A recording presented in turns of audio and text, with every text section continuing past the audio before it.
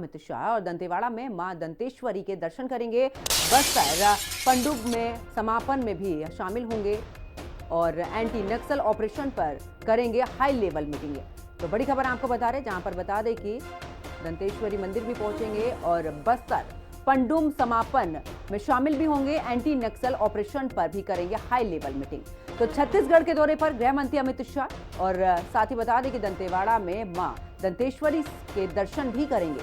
बस्तर पंडुम समापन में शामिल भी होंगे और एंटी नक्सल ऑपरेशन पर करेंगे हाई लेवल मीटिंग।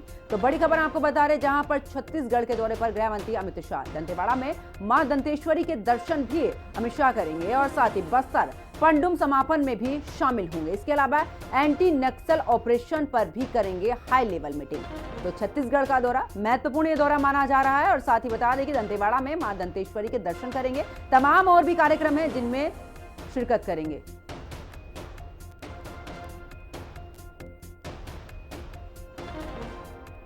और ज्यादा जानकारी के लिए हमारी सहयोगी निशा हमारे साथ में जुड़ चुकी हैं। निशा, अगर बात करें, क्योंकि गृह मंत्री अमित शाह का दौरा, तमाम ऐसे कार्यक्रम जिनमें शिरकत करेंगे, आपके पास में क्या कुछ जानकारी?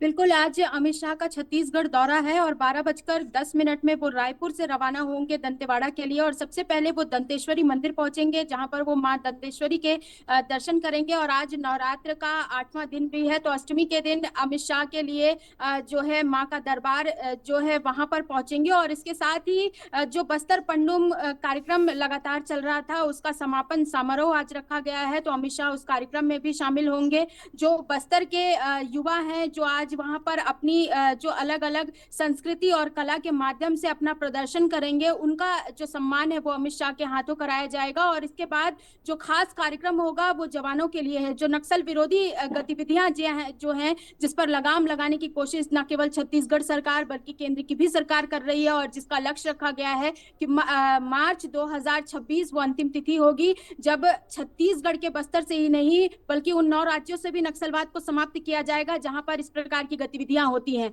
तो वो जवान जो इस समय लगातार नक्सली ऑपरेशन में अपनी सहभागिता निभा रहे हैं, लगातार नक्सलियों को ढेर कर रहे हैं, उनसे अमित शाह मुलाकात करेंगे। और आज एक खास चीज और होगी कि आज एक सरेंडर जो ऑपरेशन किया जाता है और नक्सलियों से ये अपील की जा रही थी कि यदि वे गोली से नहीं मरना चाहते तो वो सामने आकर सरेंडर भी कर सकते हैं। तो सरेंडर नीति जो है आज हो सकता है कि अमित शाह भरे मंच से इसकी सौगात जो है वो दे सकते हैं नक्सलियों के लिए कि यदि वे चाहें तो सरेंडर कर सकते हैं। उनके लिए भी खास इंतजाम जो है वो किए जा रहे हैं, स्कूल भी खोले जा रहे हैं, शिक्षा के माध्यम से उन्हें किस प्रकार अपनी मुख्य धारा से जोड़ा जा सके, इनकी तमाम जो इंतजाम है वो किए जा रहे हैं। जी बिल्कुल निशा, और देखिए हाई लेवल मीटिंग भी करेंगे अमित शाह नक्सलवाद को लेकर, और जिस तरीके से आप जानकारी दे रही हैं कि देखिए अब सरेंडर करने को लेकर भी मंच से बड़ी हुंकार अमित शाह की तरफ से दी जा सकती है। लेकिन इससे पहले भी देखा कि नक्सलवाद को पूरे तरीके से खत्म करने के लिए पुरजोर केंद्र की तरफ से भी किया जा रहा है, राज्य सरकार की तरफ से भी किया जा रहा है कि पूरे तरीके से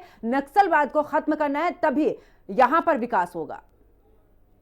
देखिए, 3 महीने में ये दूसरा दौरा है अमित शाह का और ये दौरा खास है क्योंकि लगातार अमित शाह की निगाह जो है वो छत्तीसगढ़ के नक्सली ऑपरेशंस और बस्तर पर टिकी हुई है कि किस प्रकार नक्सलवाद को जड़ से समाप्त कर दिया जाए।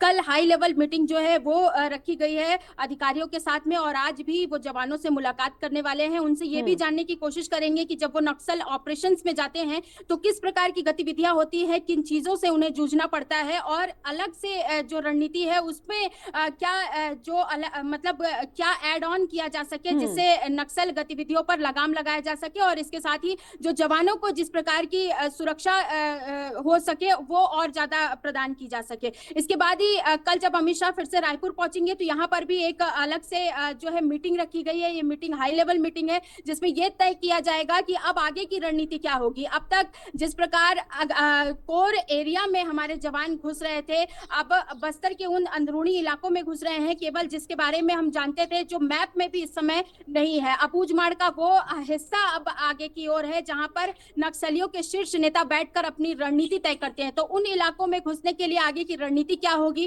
किस प्रकार की चीजें की जा रही हैं, क्या वेपन्स इस्तेमाल किए जाएंगे, नक्सली कौन से वेपन्स इस्तेमाल कर रहे हैं, किस प्रकार वो जवानों पर हमला कर सकते हैं, तो तमाम ऐसी रणनीतियां होंगी जो अमित शाह के साथ साझा की जाएंगी। जो अधिकारी होंगे वो भी अपना पूरा मैप चार्ट जो है वो तैयार किया किया हुआ है, जिससे वो समझाने की कोशिश करेंगे कि अब जवान किशोर अग्रसर होंगे, कैसे उन इलाकों में घुसेंगे। और इसके साथ में अब तक जो जितने नक्सली छत्तीसगढ़ में ढेर हुए हैं उनका जो डाटा है, और इसके साथ में सबसे बड़ी बात यह रहेगी कि सिविलियंस को किस प्रकार बचाया जा सके, क्योंकि जब जवानों और नक्सलियों के बीच में मुठभेड़ होती है तो उसमें कई सिविलियंस ऐसे होते हैं जिन्हें गोलीबारी लग जाती है, जो जख्मी हो जाते हैं, कई लोगों की जानें चली जाती हैं।